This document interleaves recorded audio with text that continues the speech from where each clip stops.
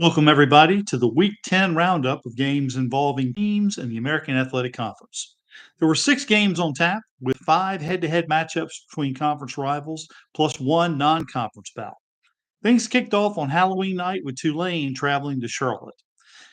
Wearing all black, Tulane treated themselves to a big 34-3 victory over the 49ers, raising their record to 7-2, their 6th win in a row.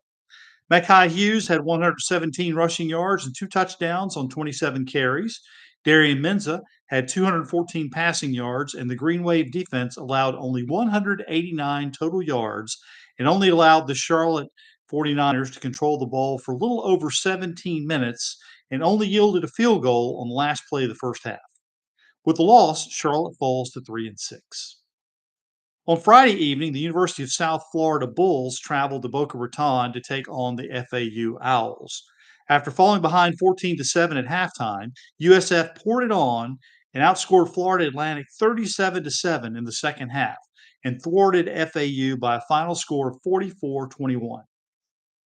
Bryce Archie threw for 206 yards and 2 touchdowns, and Naquan Wright gained 117 yards and scored a touchdown, leading the way for a USF ground attack that churned out 319 total yards and scored 4 touchdowns. USF raises its record to 4-4 and looked very much like the team I thought would compete for the conference title back in the summer when I made my predictions earlier. Florida Atlantic now falls to 2-6, and I remain perfect in predicting their outcomes this year.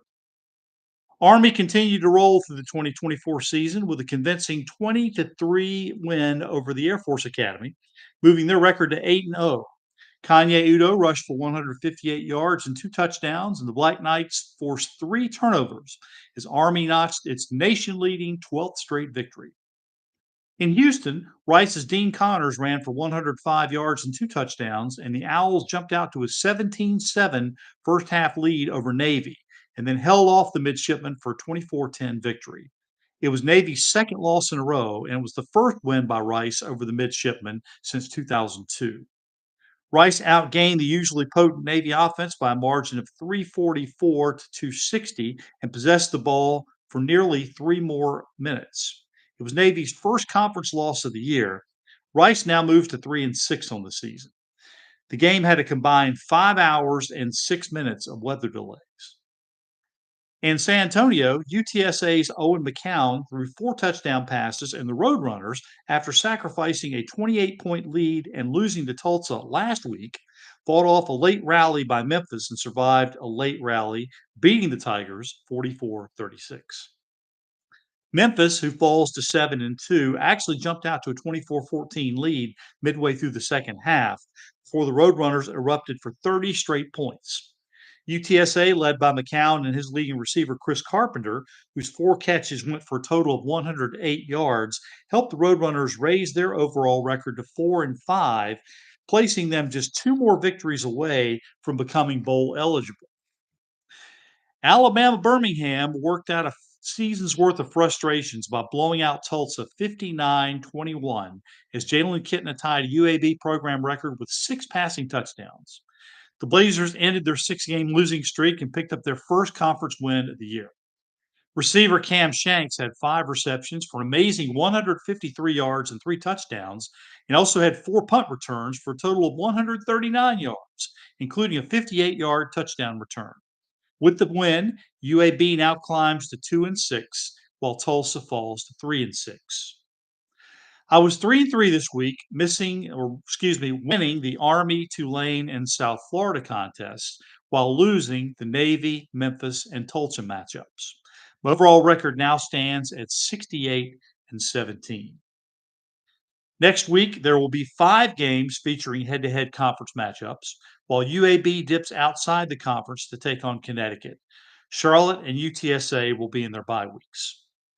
UAB having found its offense last week against UAB having found its offense last week finally will entertain its home fans with its second consecutive win, a victory over Connecticut. This victory is one I predicted back in the summer. 2-6 Temple will take on 7-2 Tulane in New Orleans, where the Green Wave will continue to build on their momentum that they've gained during the midseason, and they'll look to take their eighth victory of the season. Last week, Rice fired head coach Mike Bloomgren as the Owls were headed toward their 10th straight losing season and having lost 6 of their last 8 games. With the coaching change, they responded and brought down Navy at home. Now 3-6, they must face Memphis, who's coming off a tough loss against UTSA. Memphis will win this game and get back on track in the hunt for a conference championship. Navy will try to rebound from 2 straight losses as they take on South Florida, whose offense exploded last week in a big win over Florida Atlantic. Back in the summer, I said USF would win this game, and I'm sticking to that. A win would put them at 5-4, only one win away from becoming bowl eligible. East Carolina will host Florida Atlantic, and with a win, they will also be just a win away from becoming bowl eligible. They will do just that, move the record to 5-4 with a win over the Owls, who will drop to 2-7. And all eyes will be on Denton, Texas, as 5-2 North Texas takes on the undefeated Army team, who comes in with the nation's longest winning streak. Back in the summer, I called for North Texas to win this game. I'm sticking to that, which makes this game even more significant in that with a win, North Texas becomes bowl eligible. All right, let's see what happens in week 11 as Army tries to stay undefeated. North Texas tries to punch its ticket for a bowl game. ECU and South Florida try to inch closer to doing the same. And both Tulane and Memphis try to stay in the hunt, while Navy tries to rebound and end a 2-game losing skid. Join me next week to find out the results right here in the American Athletic Conference.